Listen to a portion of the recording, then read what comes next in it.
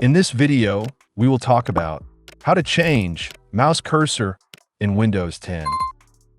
Method 1. Change cursor size and color. Click on Windows icon. Open Settings. Select Ease of Access.